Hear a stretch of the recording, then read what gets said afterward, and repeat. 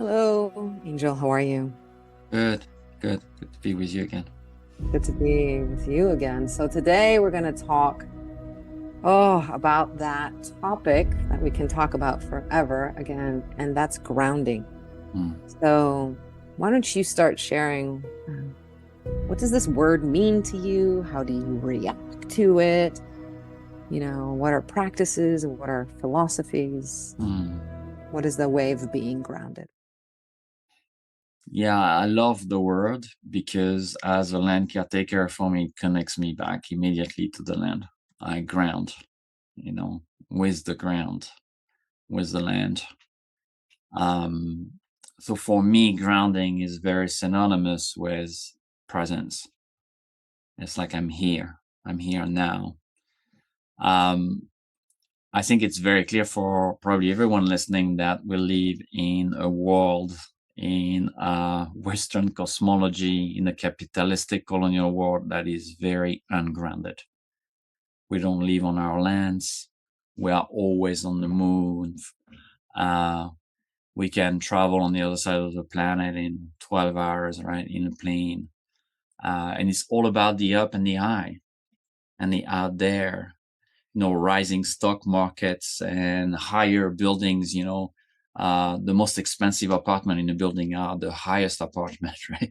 So we put Hmm. value on somehow this upward direction. And religious thinking also has put that out there, right? There's a God out there. And in fact, the descent, the grounding is evil. That's where the dark spirit are and things like that. So I think when we think of grounding practices, at least for me, when let's say I don't feel grounded, that I feel I'm a lot in my head, in the wind, and I want to return to my body and to the earth, I need to rest. I need to slow down a lot. For me, it's not just I feel a personal practice of returning to myself. It's also a very political act. It's also a Mm. revolutionary act. In fact, being in our bodies in the world we are today, feeling what's going on in our bodies can probably bring up the biggest revolution on the planet. Um, I think one of the reason that also we have difficulty doing it is that our bodies carry our emotional being, carry a lot of stories and emotion. And when we get to slow down, when we get to ground, to be present with the body, we often are going to feel intensified emotion. Things that we Mm. don't pick onto when we're in our mind all the time and distracted by the outside world, by social media, by work, by all the relations we meet. Once we return inside, we are going to probably feel the grief of the land, the grief of the people, the grief of the relation, the grief of the water, the grief of the forest. So I remember earlier in my grounding practices, when I started sitting, either in Vision Quest or longer sitting practice, there was a lot of fear, and I thought I was already interested. Like, what is that I'm afraid of? To just be with myself, to turn everything off, to just sit. And I realized that it was mainly unprocessed emotions and traumas that were waiting for me for a long Mm. time. And that practice is, John Macy and many elders talk about it. They say that unless we ground ourselves, unless we slow down, we are always going to be in reaction of the world. We're always going to be reacting to what's happening. Reaction is quick, it's fast, right? And wisdom, the wisdom that is carried by the land, by the ground, by the roots, by the body, require presence, slow presence with the body. Mm. And if we want to access wisdom, I mean, all our work here, we aim to go deeper into that. We have to get away from knowledge, from another page in the brain, from another thoughts. We have to get to wisdom, which is very different. And so for me, grounding is that act, like I said, political act. No, I want to access to a deeper wisdom. I want to see myself and therefore the world differently.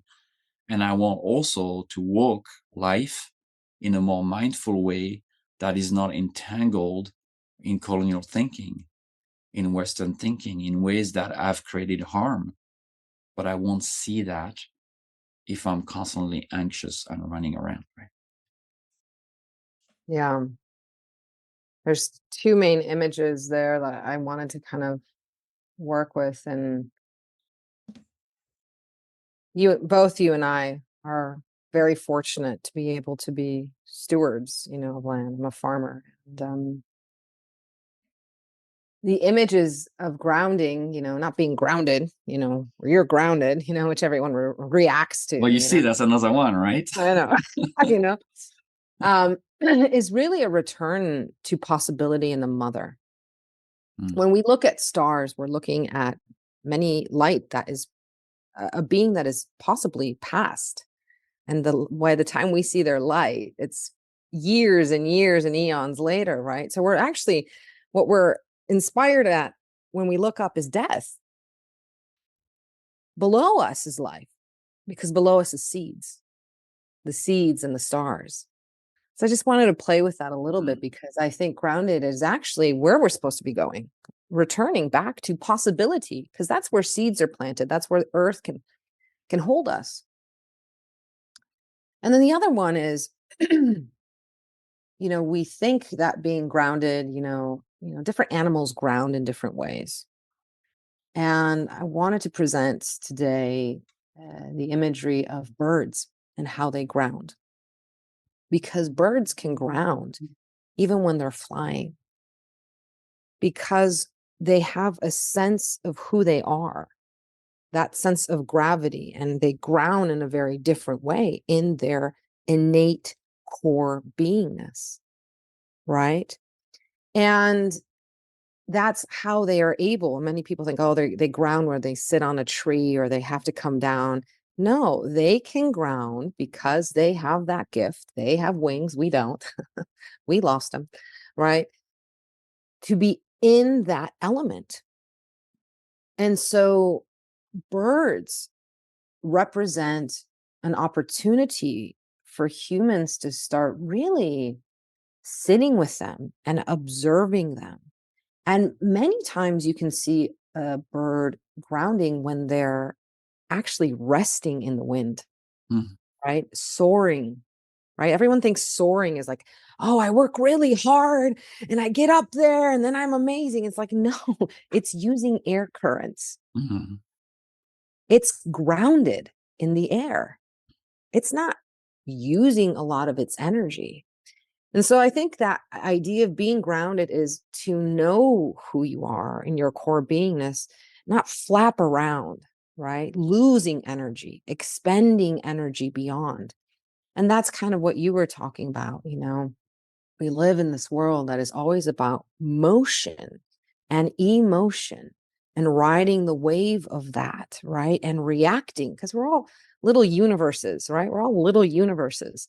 And so I see grounding as an opportunity to stay in your orbit, use the orbit, that energy to be able to come back, right? Instead of being like, oh, I want to get into that person's orbit or that person's orbit, or I want that, or I want that. Then that's when climates and planets collapse and clash, right? And so I think grounding is can be an internal rhythm of beingness, where you allow yourself to be held by the gravity, right? The gravity, the actual physical gravity of this planet, to stay in your orbit and welcome you back to a place where things actually grow from the ground up. Yeah, I love that. I was thinking of the wild turkey that we got a lot here in the Northeast. And I worked with a Lenape elder for many years. We're on Lenape territory here. And she was telling me, she said, the turkey used to fly. They used to be great birds and they could soar and fly. And one day, creator asked them to become land caretaker. And so the turkey decided that they won't fly anymore. They will stay on the ground. I mean, they can jump in trees and fly a little bit, but they're definitely not good at flying anymore. And they decided to be in service of the land. And they do a great service by scratching the grounds and moving seeds around. And, they do great land caretaking. So for me, they are a little bit this messenger between the bird and us. We are land caretaker. We have been incarnated to walk on two legs on this land, to be grounded with it, to take care of it. And I was like, wow, it's incredible. Imagine if we had wings and we decided we're going to make this sacrifice, not to fly anymore and to ground. I think human beings might not do it, right? Because we just want always to fly high, like you say. But recognizing the gift of the ground, the gift of the relationship to lands, being able to be even in communion with, I don't know, it could be your chickens or your turkeys, right, that are on the land, or those animals that have, this capacity to take care of lands like us, like the tree does, right? The tree are very grounded. They take care of the land permanently. And so I think, yeah, like you said, I love that you mentioned, oh, you're grounded, right? Because somehow we learn that grounded and being in one place is a punishment. You're going to be in a corner, right, for an hour, right? But that vibration in the word is we remember it, right? Words carry vibration, they carry intention, they carry stories. In our culture, there's a certain story when you say you're grounded, right? And I think it's really important as we explore it that we see all the layers that are in it. The emotional layer, the layer around our culture, the layers around religion and our relationship to land, the layers about the descent versus the ascent. And I'm not saying one is better than the other, but we've clearly been put down on this earth. And that's where we're going, right? Ultimately, as we age, we're going to bend a bit closer to it.